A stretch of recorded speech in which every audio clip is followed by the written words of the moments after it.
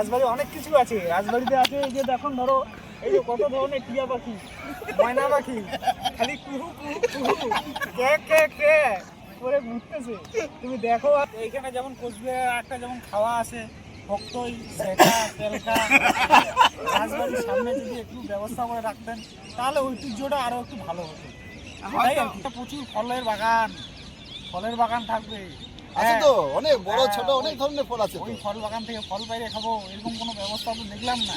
কিন্তু আরেকটা যেটা আর কি, রাজবাড়ি এসে এখানে একটু বিস্তারিতভাবে যদি আমাদেরকে জানাতেন খুবই ভালো হতো। ব্যাপারটা হচ্ছে যে এই যে কোচবিহারের যে রাজবাড়ি আছে এটা আমার ধারণার বাইরে ছিল, ঠিক আছে। তো যেহেতু এখন সোশ্যাল মিডিয়ার যুগ, তো ফেসবুকে ফটো দেখতে দেখতে একদিন দেখি যে এখানকার ফটো মানে ভিডিও, তা আমি অনেক খোঁজাখুঁজি করি কী ব্যাপার কোথায় এটা। তারপর গুগলে যখন সার্চ করি দেখি এটা হচ্ছে কোচবিহার। তো এটা 2 বছরের আগের মানে ইচ্ছা, আসা হয়নি কোনো দিনও। তো আজকে যে আসা হয়েছে এতে আমি এত আনন্দিত, আর সবাইকে পেয়েছি পাশে, মানে খুবই বুক ফুলে উঠছে। আর এই জায়গাতে এসে এত ভালো লাগছে, প্রকৃতির সঙ্গে যে প্রকৃতির যে এত সৌন্দর্য সেটা তো বলে বোঝানো যাবে না, সেটা সবাই জানে।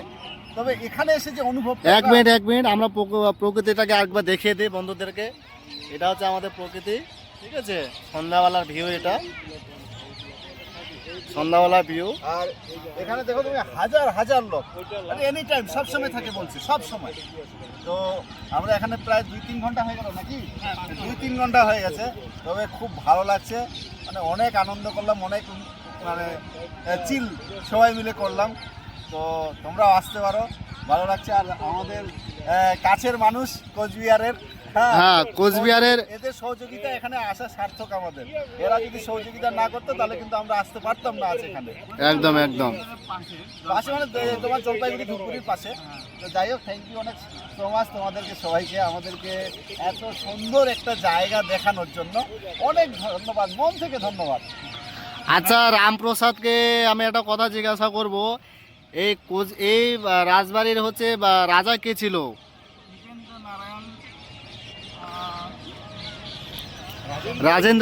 রাজেন্দ্র রায়।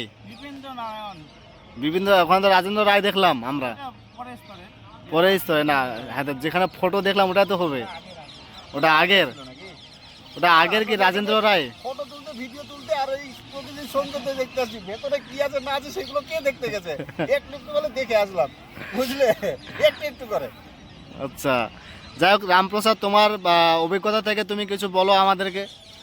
অভিজ্ঞতা বলতে কিন্তু আমি আগে এসেছি, ভালো লেগেছে। এটা কোচবিহারের একটা ঐতিহ্য, কোচবিহার রাজার আমল থেকে এখানে প্রত্যেকটা মানুষ অনেক জায়গা থেকে ঘুরতে আসে। তো খুব ভালো জায়গা, যদি সবাই আসতে পারো তো ভালো হয়, দেখে যাবে। কোচবিহার একটা খুব বড়, মানে কি বলবো এটাকে, এই রাজার বাড়িটা কোচবিহার পরিচিত, তাই না? আচ্ছা উজ্জ্বল, তুমি কিছু বলবে? আমি কিছু বলতে চাই। হ্যাঁ, সেটা হচ্ছে রাজবাড়ি তো আসলাম, খাওয়া দাওয়ার ব্যবস্থা করলে ভালো হয়। কে রাজা করবে না রানী করবে? কি রাজা রানী একে কর্তৃপক্ষ করলেই হলো। হ্যাঁ অবশ্যই করবে, এখান থেকে আগে বাইরে যাই তারপরে তো পাবে। আর একটা বিষয়টা হচ্ছে রাজবাড়িতে কিন্তু দেখার মতো, রাজবাড়ি থাকলে খালি দেখার মতো রাজবাড়ি নেই। রাজবাড়ি অনেক কিছু আছে। রাজবাড়িতে আছে এই যে দেখুন, ধরো এই যে কত ধরনের টিয়া পাখি, ময়না পাখি, খালি কুহু কুহু কুহু কে কে কে করে ঘুরতেছে। তুমি দেখো আর সৌন্দর্য উপভোগ করো। যারা আসবে তারা খালি টিয়া পাখিও দেখবে না, সব কিছু দেখবে। আজকের দিনটা মনে হয় একটু টিয়া পাখি বেশি আছে। খুব ভালো লাগলো পরিবেশটা, খুব ভালো লাগলো বাহ, আসা সার্থক হয়ে গেল। তোমরা আসবেন, লাইক শেয়ার। মানে আমরা 25 টাকাতে টিকিটে ঢুকেছি, মানে এই 25 টাকা আদায়, ফুল আদায়। টাকাটার কথা বলো না, মানে তুলনাই হবে না, মানে উল্টে এক কথায় 25 টাকাটা যে নিয়েছে, টাকাটা বড় জিনিস নয় কিন্তু, যা সেটা মেনটেন্যান্সের খরচা রয়েছে বলে কিন্তু টাকাটা নিয়েছে। টাকাটা অনেক কম। মানে এই যে সৌন্দর্য, এই যে রাজার বাড়ি, একটা ঐতিহ্য রয়েছে, মানে কোচবিহারের একটা ঐতিহাসিক, তাই না? তো টাকা বড় জিনিস নয়, এই যে এখানে এসে এটা যে আমরা দেখতে পাচ্ছি, অনুভব করছি, আর এখানে যে থেকে পরিবেশের সঙ্গে তাল মিলিয়ে যে আমরা কতজন, এই যে একটু আগে বলো না অনেক টিয়া, সত্যিকারে অনেক টিয়া, মানে ভালো টিয়া পাখি রয়েছে। তো তোমরাও আসো, ভালো টিয়া পাখি। টিয়া বলতে তুমি কি বোঝাতে চাইছো? টিয়া বলতে যারা আপনারা বোঝার দর্শকরা- অডিয়েন্স ঠিক বুঝে যাবে। দর্শকরা যা বুঝতে চায় বোঝানোর কিছু নাই, বুঝে যাবে তাতে। এবার এইখানে যেমন কোচবিহারের একটা যেমন খাওয়া আছে ভক্তই সেটা তেলকা রাজবাড়ির সামনে যদি একটু ব্যবস্থা করে রাখতেন তাহলে ঐতিহ্যটা আরো একটু ভালো হতো। তাই আর কি। হয়তো পাওয়া যেতেই পারে বাইরে, হয়তো সেটা আমরা জানি বাইরে না। পাওয়া যেতে পারে বা একটু আশেপাশে করে রাখলে ভালো হতো, তাহলে কোচবিহারের রাজা এগুলা খাইতো, ওটা রাজা মানুষ এগুলা খাইতো কিনা আমরা জানি না, খাইবে। মানে রাজা প্রচুর ফলের বাগান থাকবে।